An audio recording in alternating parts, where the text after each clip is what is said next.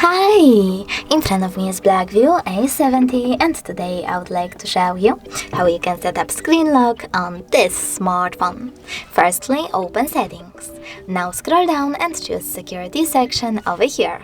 Then you need to click on screen lock and tap on one of those login methods, pattern, pin or password. Select the best one for you and when you're ready, enter it. Now choose next at the bottom right corner, repeat it and tap on confirm.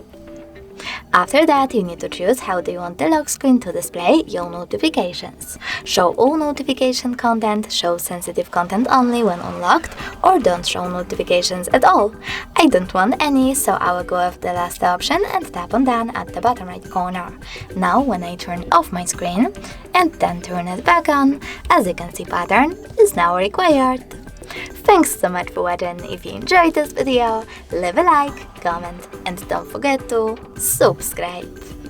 Bye!